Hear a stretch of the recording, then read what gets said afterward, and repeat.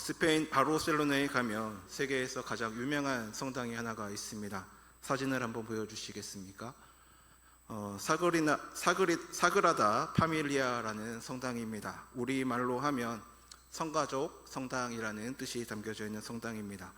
건축가 안토니 가우디가 설계한 이 성당은 1882년에 첫 돌을 놓았습니다. 그런데 놀라운 것은 145년이 훌쩍 지나도록 아직까지도 완공이 되지 않았고, 성당의 중앙탑만 건축가 안토니 가우디가 타계한 지 100주년 주기를 맞이하여서 올 6월 6일에 완공이 되었습니다. 사진을 한 번만 다시, 이와 같은 탑이 완공이 되었습니다. 그리고 아직 여러 탑들은 지금 이 시간에도 공사가 진행이 되고 있는 것을 보게 됩니다. 가우디는 생전에 이 성당의 완성을 보지 못할 것을 알았습니다.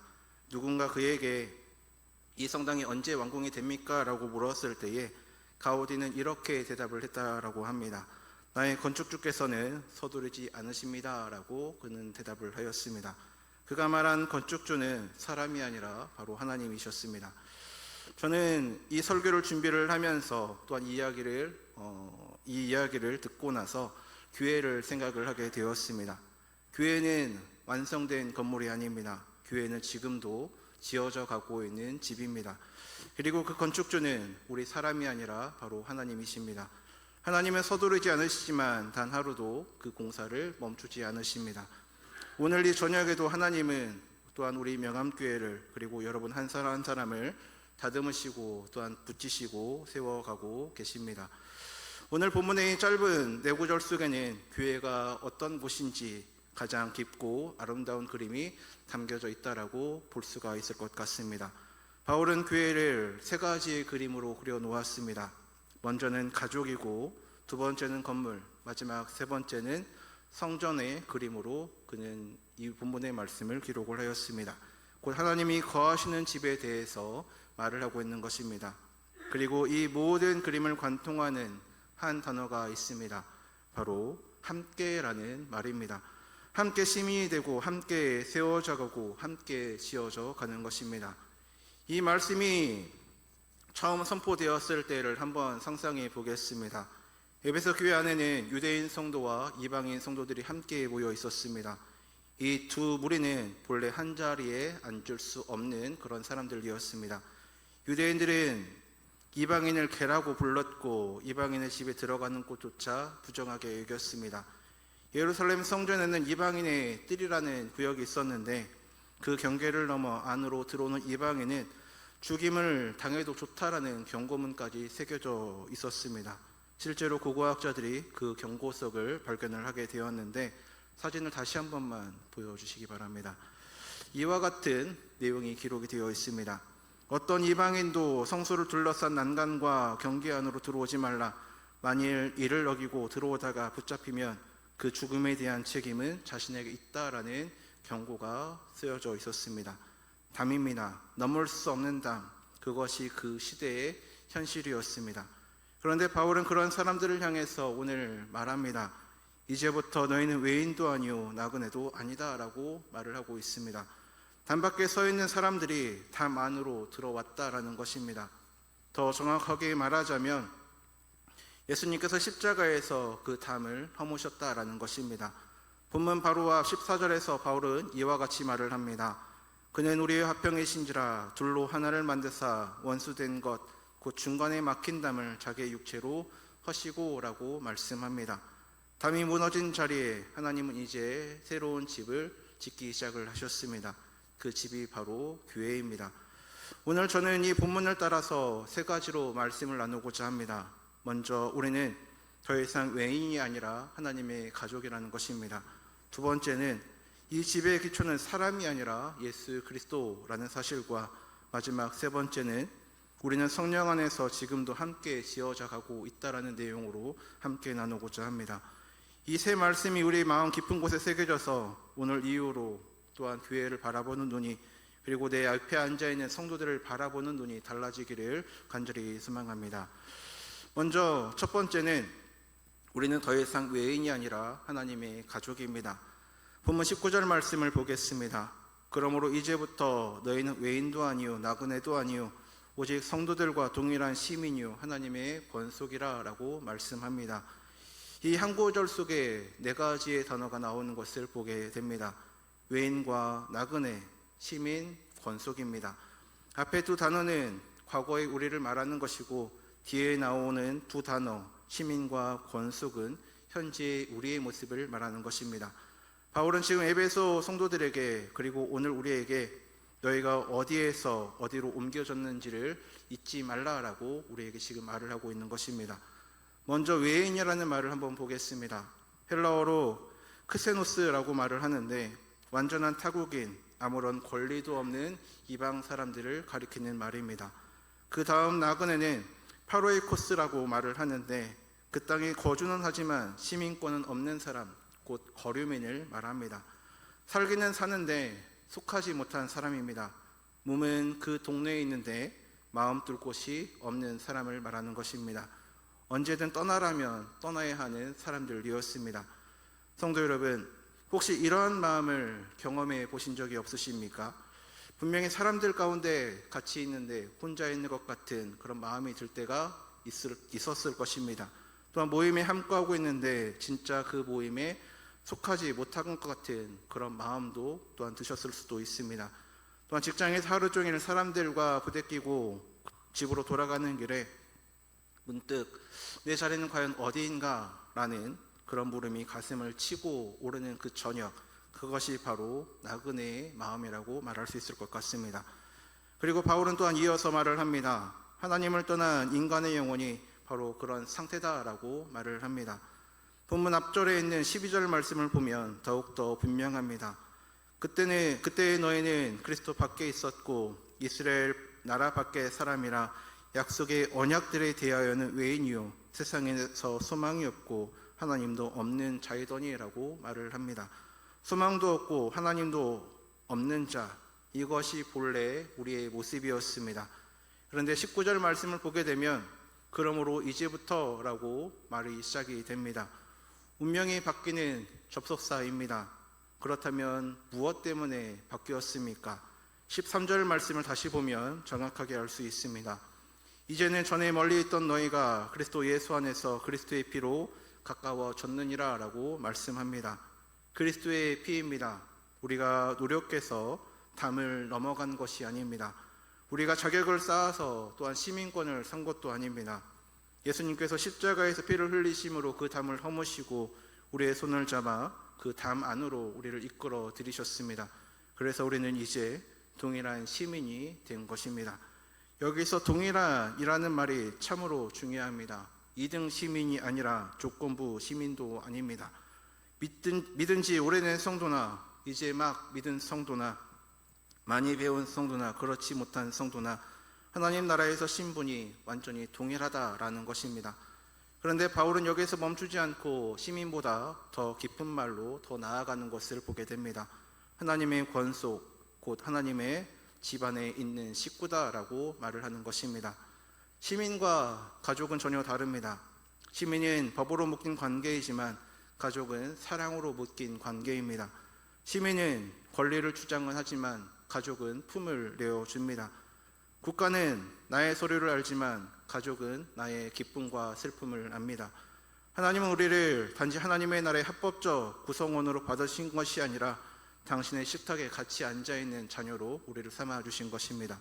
성도 여러분, 바로 이것이 복음입니다. 하나님은 우리를 보셨고 우리를 아셨고 우리를 원하셨습니다. 우리의 허물과 죄를 다 아시고서도 우리를 선택을 하셨습니다. 그리고 그 선택의 값을 당신의 아들 예수님으로 치러 주셨습니다. 로마서 8장 15절은 이와 같이 말씀합니다. 너희는 다시 무서워하는 종의 영을 받지 아니하고 양제의 영을 받았으므로 우리가 아빠 아버지라고 부르짖느니라 라고 말을 합니다. 우리가 하나님을 아빠 아버지라고 부를 수 있게 된 것, 이것이 바로 예수님이 이루신 일입니다. 그렇다면 과연 이 말씀이 교회 생활에 어떻게 적용을 할 수 있겠습니까? 교회가 하나님의 가족이라면 우리는 교회에서 손님일 수 없다라는 것입니다. 손님은 대접을 평가를 하지만 가족들은 그 식탁을 차립니다. 손님은 마음에 안 들면 그 자리를 떠나지만 가족은 마음이 상해도 그 자리를 떠나지 않습니다. 손님은 이 교회는 왜 이래라고 물을 수 있지만 가족은 우리 교회를 위해 내가 무엇을 할까라고 생각을 하고 또한 묻습니다.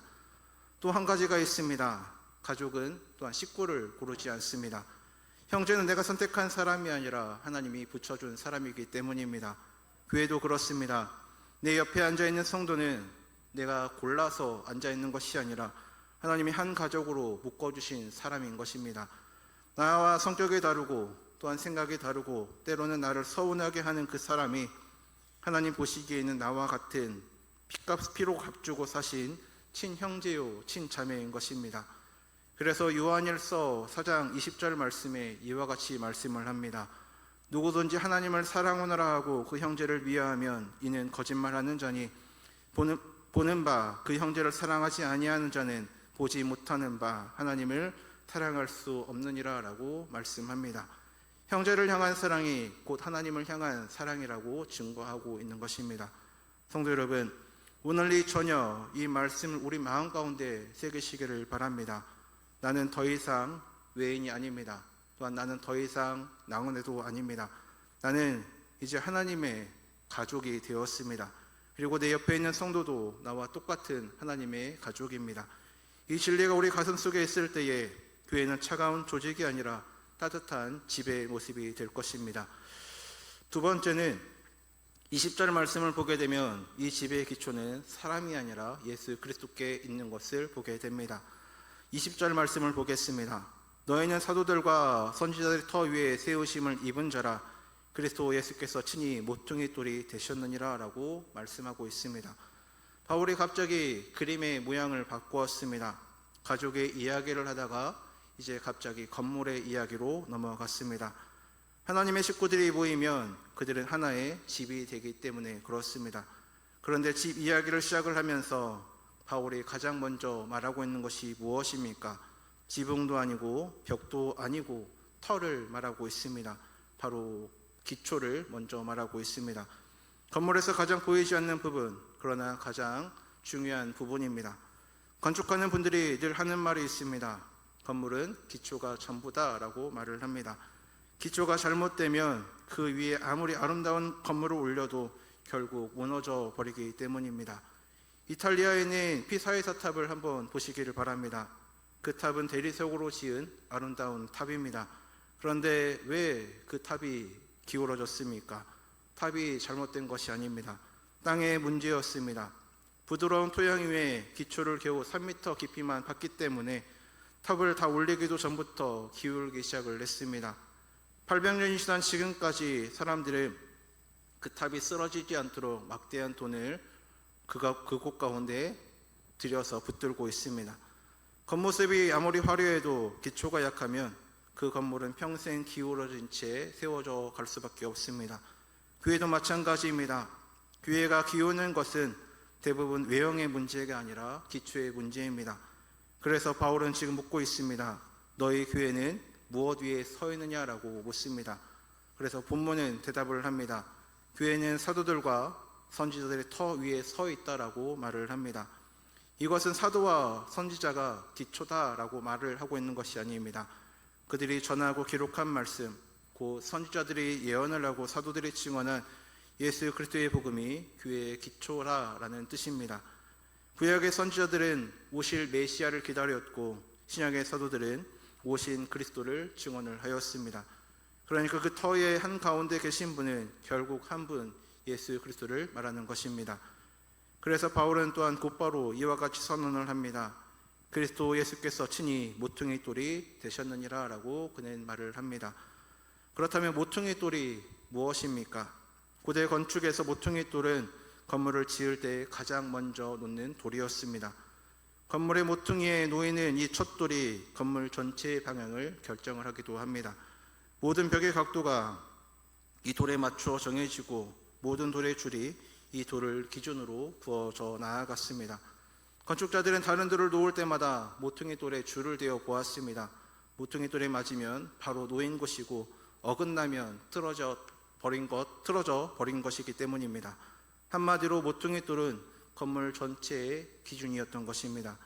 성도 여러분, 이 시간 이 그림을 우리 마음 가운데 한번 그려보겠습니다. 교회의 모든 것은 그리스도라는 기준에 줄을 대어 보아야 할 것입니다. 먼저 우리의 예배가 바로 노였는지 한번 예수님께 대어 보시기를 바랍니다. 두 번째는 우리의 봉사가 바로 노였는지 예수님께 한번 대어 보시기를 바랍니다. 마지막으로 우리의 말과 결정과 관계가 바로 노였는지 한번 예수님께 대어 보시기를 바랍니다. 교회에서 무엇이 옳고 그런지의 최종의 기준은 다수의 의견도 아니고 또한 세상의 유행도 아니고 오직 예수 그리스도께 기준에 달려져 있어야 할 것입니다. 그런데 여기서 우리가 정직하게 우리의 자신을 한번 돌아봐야 할 것입니다. 우리는 얼마나 자주 예수님이 아닌 다른 것을 교회의 중심에 놓고 싶어 하고 있습니까? 어떤 교회는 특정한 한 사람을 기초에 놓기도 합니다. 인사가 뛰어난 한 사람, 영향력 있는 한 사람 위에 그 교회를 세우려고 합니다. 그러면 그 교회가 어떻게 되겠습니까? 의지했던 그 사람이 흔들리면 교회 전체가 흔들릴 수밖에 없습니다. 그 사람이 무너지면 수많은 영혼들이 또한 함께 시험에 들게 될 것입니다. 우리는 그런 가슴 아픈 일들을 너무나도 자주 지금 보고 있습니다. 또 어떤 교회는 건물과 숫자를 기초로 삼고 있는 것을 보게 됩니다. 성전이 얼마나 큰지, 성도가 몇 명인지 그 교회의 자랑이 되기도 합니다. 그러나 사도행전의 교회는 건물 하나 없이도 세상 가운데 세상을 뒤집었고, 또한 어떤 건물은 그 안에 복음이 사라진 채 박물관이 되어버리기도 했습니다. 고린도전서 3장 11절에서 바울은 단호하게 말을 합니다. 이 닦아둔 것 외에 능히 다른 터를 닦아둘 자가 없으니 이 터는 곧 예수 그리스도라. 다른 터는 없습니다. 또한 사람은 기초가 될 수도 없습니다. 사람은 변하고 늙고 또한 실수를 하고 떠나버리기 때문입니다. 그러나 그리스도는 어제나 오늘이나 영원토록 동일한 분이십니다. 그분이 세워진 교회만이 풍랑 속에서도 무너지지 않는 것입니다.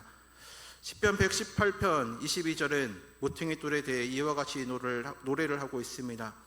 건축자가 버린 돌이 집 모퉁이의 머릿돌이 되었다라고 말씀합니다. 예수님은 이 말씀이 바로 당신에 대한 예언이다라고 하셨습니다. 건축자들이 버린 돌, 세상이 보기에는 예수님은 쓸모없는 그런 돌이었습니다. 종교자들은 그분을 검사해보고 불합격이라고 하면서 내던져버리고 말았습니다. 십자가가 바로 그 버림의 자리인 것입니다. 그런데 하나님은 사람들이 내다버린 그 돌을 집어들어서 온 인류 구원의 모퉁이 돌로 다시금 삼아 주셨습니다. 버려주셨던 분이 기초가 되셨기에 버려졌던 우리가 그 위에 다시금 세워져 나아갈 수 있게 된 것입니다. 베드로전서 2장 4절과 5절 말씀을 보게 되면 이 그림을 더욱더 아름답게 말씀하고 있습니다. 사람에게는 버림바가 되었으나 하나님께는 택하심을 입은 보배로운 산돌이신 예수께 나아가 너희도 산돌같이 신령한 집으로 세워지고 예수 그리스도로 말미암아 하나님이 기쁘게 받으실 신령한 제사를 드릴 거룩한 제사장이 될지니라 라고 말씀합니다. 예수님은 죽은 돌이 아니라 산 돌이십니다. 부활하신 주님이십니다. 그리고 예수님께 나아가는 우리도 산돌이 되는 것입니다. 살아있는 기초 위에 살아있는 돌들이 쌓여가는 집, 바로 이것이 교회입니다. 그럼 우리 명함교회가 사모해야 될 것은 단 하나입니다. 더 그럴듯한 교회가 아니라 더 그리스도 중심의 교회로 나아가야 할 것입니다.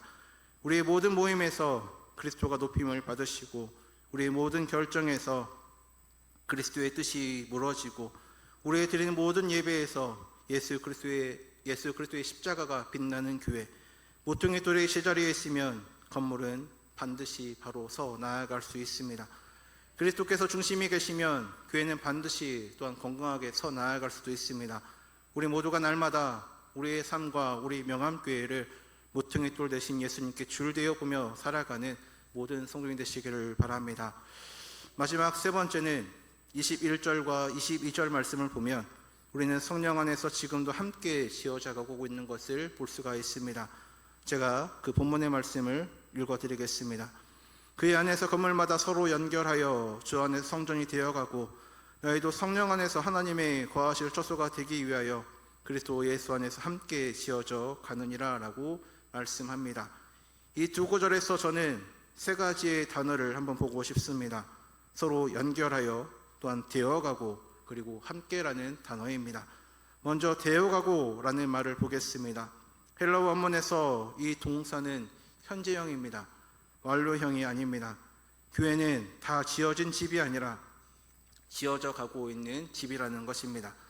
서론에서 말씀드린 사그라다 파밀리아 그 성당처럼 교회는 지금도 지어져 가고 있는 중입니다. 이것이 우리에게 주는 위로가 무엇이겠습니까?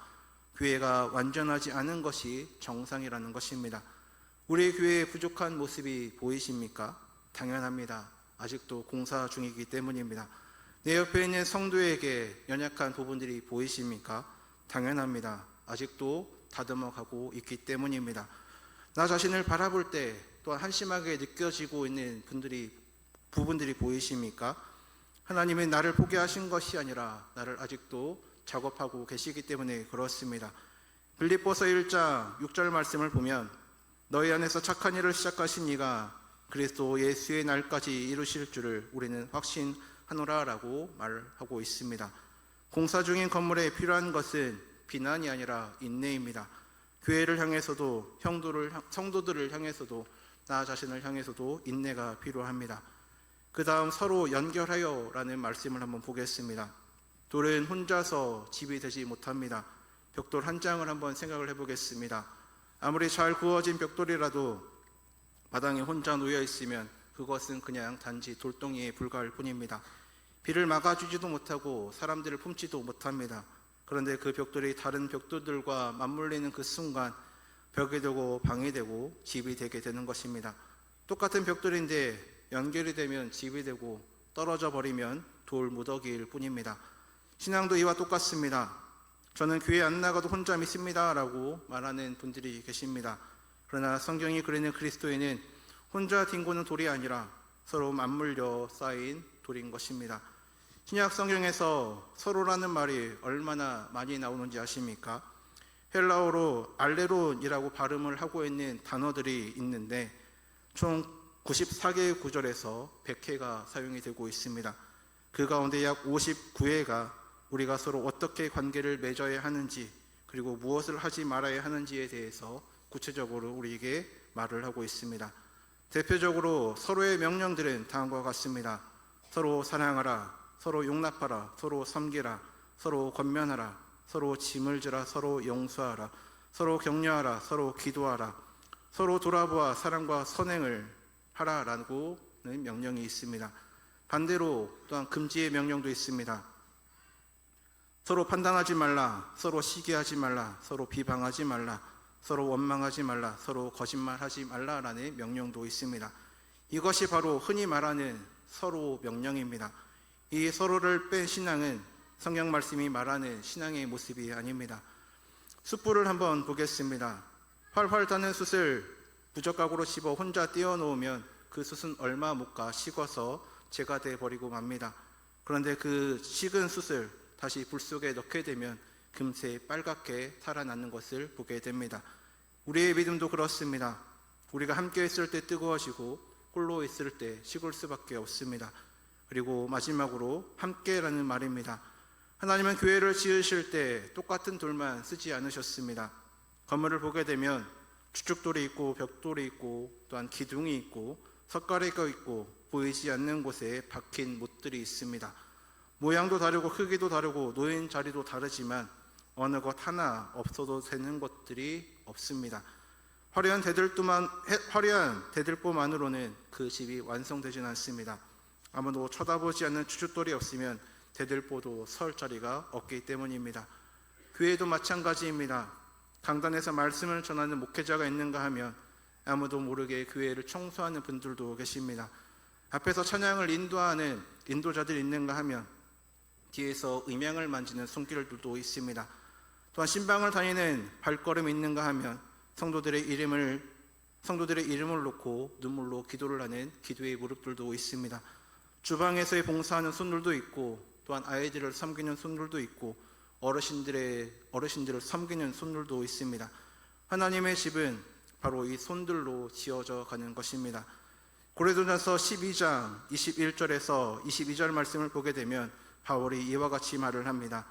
눈이 손더러 내가 너를 쓸데없다 하거나 또한 머리가 발더러 내가 너를 쓸데없다 하지 못하리라. 그뿐 아니라 더 약하게 보이는 몸의 지체가 도리어 요긴하고 라고 그는 말을 하였습니다.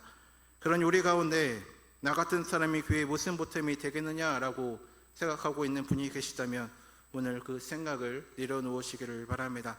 하나님의 건축에는 버리는 돌이 없습니다. 석수가 돌을 다듬을 때에 돌마다 깎는 방식이 다르다라고 합니다.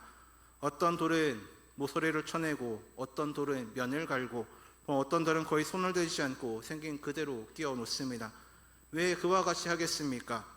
석수의 눈에는 그 돌들이 들어갈 자리가 보이기 때문에 그렇습니다. 우리 하나님께서도 이와 같습니다. 하나님은 저와 여러분을 다른 누군가처럼 똑같이 만들고 깎으신 것이 아니라 저와 여러분만이 들어갈 수 있는 그 자리에 꼭 맞게 지금도 다듬고 계십니다. 여러분이 지나온 아픔과 실패까지도 하나님의 손에서는 그 자리에 맞는 모양을 내는 끌질이 되는 것입니다. 그런데 성도 여러분, 다듬어진다라는 것은 너무나도 아픕니다. 돌이 다듬어질 때 정과 망치로 다듬습니다. 교회 생활에서 우리가 얼마나 부딪히며 느끼는 그 아픔들이 얼마나 많이 있습니까? 내 모난 부분이 드러나서 부끄럽고 저 사람의 모난 부분에 또한 긁혀서 또한 아프기도 합니다. 그런데 잠언 27장 17절은 이와 같이 말씀합니다. 철이 철을 날카롭게 하는 것 같이 사람이 그의 친구의 얼굴을 빛나게 하느니라 라고 말씀합니다. 하나님은 종종 사람을 통해서 사람들을 다듬어 가십니다. 나를 힘들게 하는 성도가 있다면 어쩌면 하나님께서 내 모난 곳에 정을 대시는 그 시간일 수도 있습니다. 그러니 부딪힘이 있을 때에 왜 하필 저 사람이 라고 생각하지 마시고 하나님이 이 만남을 통해서 나의 어디를 다듬고 싶으신지 한번 생각해 보시기를 바랍니다. 마지막으로 이 모든 건축의 목적이 무엇이겠습니까? 22절 말씀을 보면 알 수가 있습니다. 하나님이 거하실 처소가 되기 위하여 라고 말씀합니다. 하나님은 우리를 모아 그냥 좋은 모임 하나 만들려고 하신 것이 아닙니다. 하나님이 우리 안에 사시려고 우리를 지으셨습니다. 구약시대 하나님의 임재는 성막에 그리고 성전에 머물러 있었습니다. 그런데 예수님이 오시고 성령님이 임하신 후에 하나님의 거처가 바뀐 것을 보게 됩니다. 이제 하나님은 돌로 지은 건물이 아니라 사람으로 지은 집, 곧 성도들의 공동체 안에 거하고 계십니다. 사도행전 7장 48절에서 스데반은 이와 같이 외쳤습니다. 지극히 높으신 이는 손으로 지은 곳에 계시지 아니하시나니 라고 말을 합니다. 다시금 말하자면 건물이 성전이 아니라 저와 여러분이 성전이라는 것입니다. 수요일 저녁 이 자리에 모인 여러분이 서로 사랑으로 연결될 때 바로 그 연합 가운데 하나님께서 거하시는 것입니다. 세상이 교회에서 보아야 할 것은 웅장한 건물이 아니라 함께 있는 사람들 사이에서 풍겨나오는 하나님의 모습을 보아야 할 것입니다. 서로 용서하는 그 모습 가운데서 또한 약한 자를 품는 그 모습 가운데서 다른 사람들이 하나님이 정말 저들 가운데 계시구나 라고 하고 느끼게 되는 것, 그것이 교회가 세상 가운데 보여줄 가장 강력한 모습인 것입니다. 이제 오늘 말씀을 정리를 해보겠습니다. 우리는 더 이상 외인도 나그네도 아닌 하나님의 가족입니다. 우리가 서 있는 기초는 사람이 아니라 모퉁이 돌 대신 예수 그리스도이십니다. 그리고 우리는 성령 안에서 하나님께서 거하실 처소가 되기 위하여 지금도 함께 날마다 지어져 가고 있습니다. 그런데 설교를 마치기 전에 우리가 반드시 머물러야 할 한 자리가 있습니다. 이 모든 일이 도대체 어떻게 가능하게 되었는지를 알아야 할 것입니다. 담 밖에 있던 우리가 어떻게 담 안으로 또한 그 집으로 들어올 수 있게 되었겠습니까? 예수님께서 그 담을 자기의 육체로 하셨기 때문입니다. 허문다는 것은 부서진다는 것입니다. 담이 무너지기 위해서 예수님의 몸이 십자가 위에서 찢기셨습니다. 우리가 하나님의 가족이 되기 위해 하나님의 아들이 그 어두운 골고다에서 나의 하나님 어찌하여 나를 버리셨나이까 하고 버림받은 자리에 서셨기 때문입니다. 외인이었던 우리가 안으로 들어왔던 그 시간, 예수님께서는 밖으로 끌려 나아가셨습니다. 성문 밖에서, 성전 밖에서 죄인의 자리에서 죽으셨습니다. 우리의 자리와 주님의 자리가 바뀐 것입니다. 요한복음 2장 19절 말씀을 보면 예수님은 당신의 몸을 가리켜서 이와 같이 말씀하셨습니다. 너희가 이 성전을 헐라 내가 사흘 동안에 일으키리라 라고 말씀하셨습니다. 참 성전이신 예수님께서 무너지셨습니다. 그런데 사흘 만에 다시금 세워지셨습니다. 성도 여러분, 바로 이것이 우리 교회의 비밀입니다. 한 성전이 무너지심으로 새 성전이 세워지게 된 것입니다. 그분께서 헐리셨기 때문에 우리가 지어졌습니다. 그분이 버려주셨기에 우리가 받아들여졌습니다. 또한 그분이 부서져셨기에 또한 우리가 그 가운데에 맞추어지게 된 것입니다. 교회 주춧돌 자리에는 못자국이 있습니다. 우리가 그 위에 지금 서 있는 것입니다. 그러므로 교회는 잘난 사람들의 모임이 아닙니다. 교회는 은혜 입은 죄인들의 모임입니다. 우리 가운데 누구도 자기 자격으로 이 집에 들어온 사람들은 아무도 없습니다. 우리 모두는 건축자의 버린 돌 같은 인생이었는데 버림받으신 그 예수님께서 우리를 주어 올리셔서 당신의 피로 쓰시고 당신의 집에 기꺼이 넣으셨던 것입니다. 그렇다면 내가 어떻게 내 옆에 있는 성도들을 향하여서 너는 쓸모없다라고 말을 할 수 있겠습니까? 내가 어떻게 교회 안에서 내 자리만 높이려고 할 수 있겠습니까? 십자가 앞에 서게 되면 우리는 서로를 정죄하던 그 손을 내려놓고 서로를 붙드는 손을 내밀 수밖에 없습니다. 복음이 그렇게 우리를 만들기 때문입니다. 그리고 이 복음은 우리에게 날마다 소망을 더하여 줍니다. 우리를 지으시는 분이 하나님이시기 때문에 그 공사는 또한 결코 중단되지도 않습니다. 예수님은 마태복음 16장 18절에 이와 같이 약속을 하셨습니다. 내가 이 반석 위에 내 교회를 세우리니 음부의 권세가 이기지 못하리라 라고 말씀하셨습니다. 내가 세우리라. 교회의 주어는 처음부터 끝까지 단 한 분 예수님이십니다. 그래서 교회는 흔들려도 무너지지 않고 더디 가더라도 멈추지 않습니다. 그리고 마침내 그날 끝까지 나아갈 수 있게 되는 것입니다. 요한계시록 21장 3절의 말씀을 보게 되면 왕궁의 날을 이렇게 우리에게 보여주고 있습니다. 보라, 하나님의 장막이 사람들과 함께 있음에 하나님이 그들과 함께 계시리니 그들은 하나님의 백성이 되고 하나님은 친히 그들과 함께 계셔서라고 말씀합니다. 지금 우리는 공사장 가운데 살아가고 있지만 그날에는 하나님이 거하시는 완성된 집으로 신부가 단정한 것 같은 거룩한 성전으로 서게 될 것입니다. 오늘 우리가 흘리는 섬김과의 땀과 인내의 눈물은 단 하나도 헛되지 않고 그 영원한 집의 돌 하나하나가 또한 될 것입니다.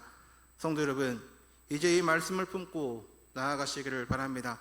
우리는 명함교회의 손님이 아니라 십자가의 피로 가족된 한 식구들입니다. 우리는 구경꾼이 아니라 하나님의 건축에 부름을 받은 산돌들입니다. 이번 한 주간 우리 모든 성도들의 삶이 내 옆의 성도들을 날마다 하나님의 식구로 새롭게 바라보시기를 바랍니다. 모퉁이 돌 되신 예수님께서 내 삶의 주를 다시금 되어보시기를 바랍니다. 그리고 나를 다듬으시는 그 하나님의 손길에 기쁨으로 또한 나를 맡기시기를 바랍니다. 하나님께서 원하시는 교회는 혼자 빛나는 사람이 많은 교회가 아니라 함께 지어져가는 교회입니다. 우리를 위해 홀리시고 사흘 만에 일어나신 예수 그리스도, 그 산돌이신 주님 위에서 우리 명함교회 모든 성도가 서로 연결되고 서로 붙들며 아름답게 지어져 가서 하나님께서 기뻐 거하시는 거룩한 초소가 되기를 바랍니다. 또한 그리하여서 이 청주 땅과 열방 가운데 그리스도의 영광을 환히 비추며 나아가는 우리 모든 성도님들로 세워져 가기를 주님의 이름으로 간절히 소망합니다.